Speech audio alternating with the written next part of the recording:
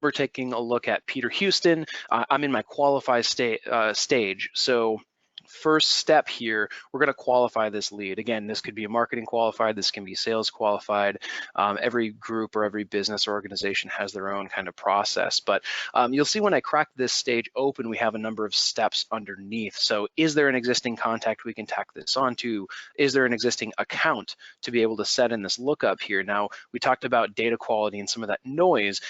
This will, if we set records here, this will prevent new data from being spun up where existing data is already there for us to reference. Further down, we can set a purchase time frame. So is this, a lot of times, hey, we actually don't have a good pulse on when this could potentially close. I'm going to mark this as immediate.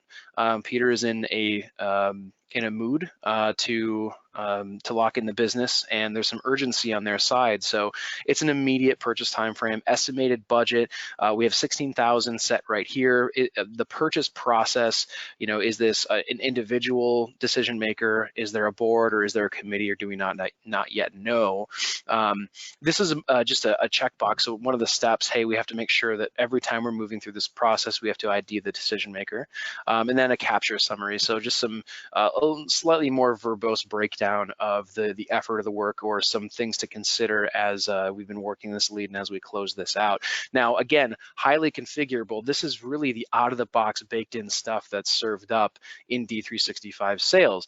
This really should be tailored to your organization, your business, your manufacturing, the lead process that you have for your organization will be reflected here. Now, to close this business, we have some required fields that are marked by a red asterisk. We've got some recommended fields that are marked by a blue plus sign here. But I'm just going to go ahead and qualify this lead. Now, when I qualify this lead, a couple of things happen. We mentioned that noise, so data quality.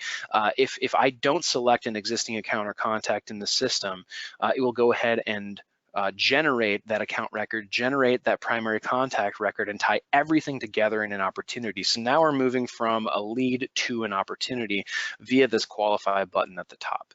If I click qualify here, it'll spin for a second or two, and then we get just a short dialogue here. Convert this lead as qualified and create the following records. And now, this was way back in CRM 2011 or prior, we did have the configurability of what we'd like to create. It went away for a spell, and now it's back, much to end users' delight. So we can decide, hey, I want to be creating an account, I want to be creating a contact, and I'd like to be creating an opportunity. I'm going to click yes across the board because I do want all of those relationships to be set with newly created records. So I'll click OK. So now we're on our opportunity, having come from that associated lead. And a few more things going on here. We can associate product lines, from a product catalog that's built out within the system, and then go on our quoting processes there. But for this opportunity here, again, we're in the develop stage, so we have a couple of fields that we need to manage: customer need, proposed solution, and then identifying the stakeholders and competitors.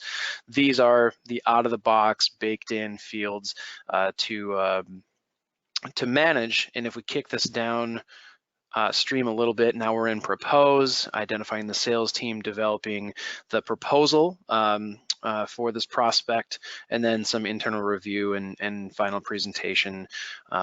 Data capture, going all the way to the close stage. Did we execute the final proposal? A couple of other fields that we really need in order to close this business out.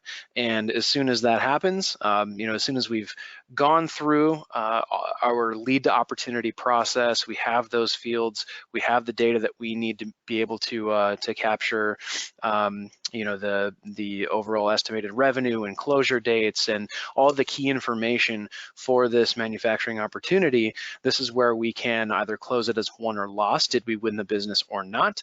There are some other options here, but just to keep it high level, if we close as won, it will give us a prompt here for the opportunity closure process. So the status reason, it's 1, the actual rev is 16,000, the close date, today's date, or slide that around as needed.